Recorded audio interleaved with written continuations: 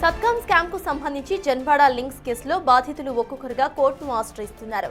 దీంతో సత్యం రామలింగరాజు చేసిన 5,000 రూపాయల కోట్ల స్కామ్ మళ్లీ వెలుగులోకి వచ్చింది.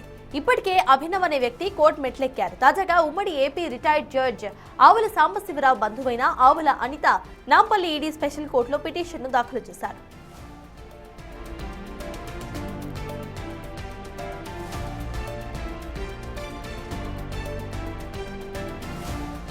రామలింగరాజు అండ్ కో నకిలీ పత్రాలు సృష్టించి దాదాపు 300 కోట్ల విలువ చేసే తన భూమిని ఆక్రమించుకున్నారని అనిత పిటిషన్లో పేర్కొన్నారు.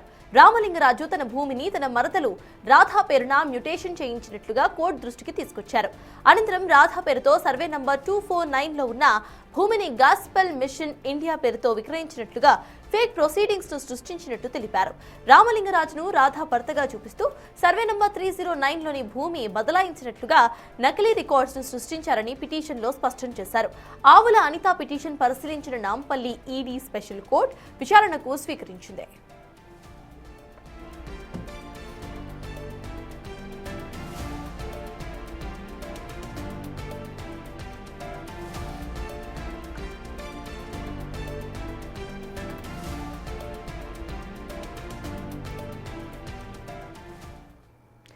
సత్కాం స్కామ్ కు సంబంధించిన పూర్తి డీటెయిల్స్ మా ప్రతినిధి సాగర్ అందిస్తారు. సాగర్, చెప్పండి, ఈ స్కామ్ లింక్స్ కు సంబంధించి కొత్త అప్డేట్స్ వచ్చినట్టుగా తెలుస్తున్నాయి. ఈ కేసుకు సంబంధించిన న్యూ అప్డేట్స్ ఏంటి, అక్కడ సిచ్యువేషన్ ఏంటి సాగర్?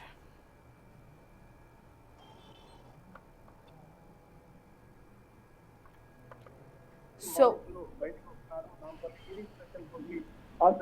మనం చూసాం రీసెంట్ గా 96 ఎకరాలు జన్వాడలోని రంగారెడ్డి జిల్లా జన్వాడ పరిధిలో ఉన్నటువంటి సర్వే నెంబర్ 306 నుంచి 316 వరకు దాదాపు 96 ఎకరాల భూమి సత్యం రామలింగరాజు అండ్ కంపెనీ. ఎందుకంటే ఈడీలో ఇప్పటికే 160 బినామీ కంపెనీలు ఇందులో అక్యూజ్డ్ గా ఉన్నారు, నిందితులు ఉన్నారు. ఆయా డైరెక్టర్లు కూడా అందులోనే అక్యూజ్డ్ ఉన్నారు.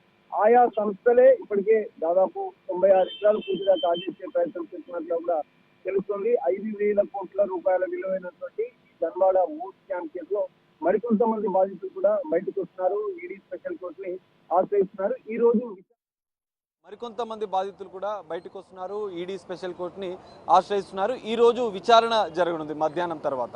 అయితే దీనికి సంబంధించిన అంశాలు కొన్ని మాట్లాడదాం. హైకోర్టు న్యాయవాది ఇమ్మినేని రామారావు ఉన్నారు.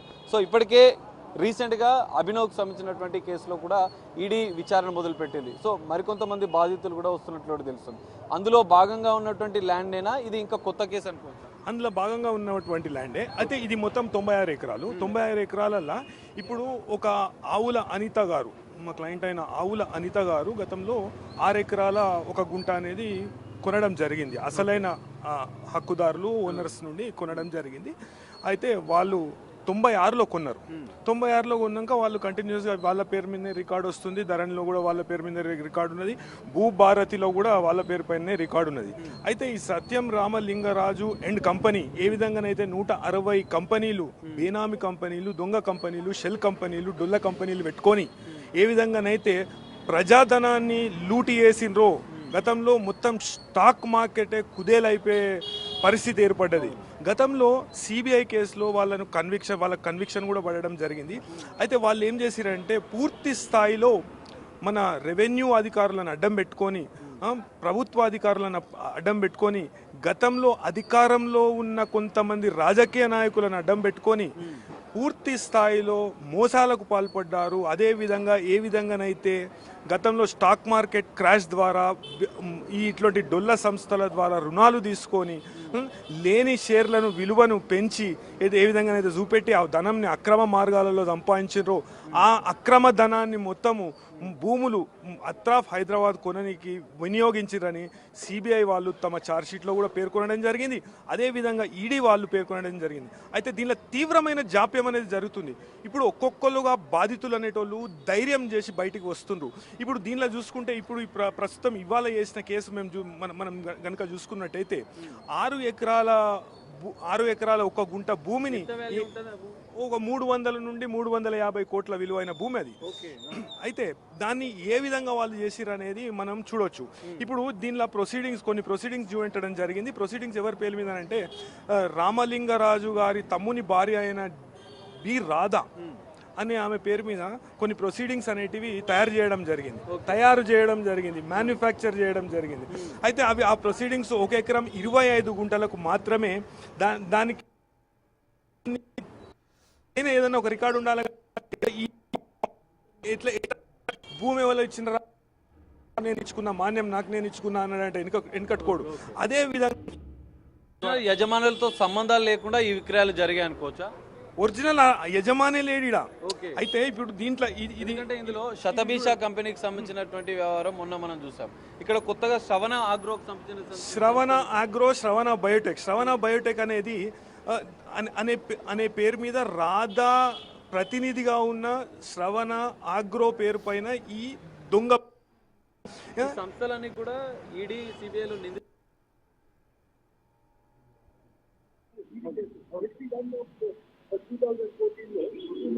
గత 12 సంవత్సరాలుగా విచారణ కొనసాగుతుందా ఏదో ఒక విధంగా అడ్డుకున్న వేసి చట్టంలో పెట్టుకొని పిడితల మీద పిడితలు వేస్తూ దీన్ని జాప్యం చేస్తుంది. ఎందుకంటే ఇంతకు ముందు వారంగా సిబిఐ కేసులో ఇతనే ప్రయత్నం చేసి తను సిబిఐ అప్పట్లో నేషనల్ మీడియా గతంలో డీపీగా ఉన్న సురేందర్ గారు, న్యాయమూర్తి గారు సురేందర్ గారిని కొన్ని ప్రశ్నలు అడిగితే సురేందర్ గారు స్థాయిలో ఈడీకి కానీ ఎస్ఎఫ్ఐ కానీ సహకరిస్తాం విధంగా సహకరించి ఆ కేసులలో కూడా శిక్షలు పడిపెట్టి చేస్తాం. అది గత 12 సంవత్సరాల క్రిందట జరిగిన విషయం. ఇక్కడ ఒక క్లారిటీ, సత్యం రామలింగరాజు కేసు అంటే దేశవ్యాప్తంగా సంచలనం చేస్తుంది. ఆ కేసు గతంలో నడిచింది, జైలు శిక్షణ వేశారు, అంతా అయిపోయింది అంటున్నారు. కానీ ఇక్కడ దర్యాప్తు సంస్థలు ఆయన సెల్ కంపెనీలకు సంబంధించిన కావచ్చు, ఆయన స్కామ్ తో లింకప్ అయినటువంటి సంస్థల మీద ఇంకా చర్యలు తీసుకోలేదా? ఎందుకు ఈ జాప్యం జరుగుతున్నారు? అయితే ఈ కొన్ని థ్యాంక్ యూ సాగర్.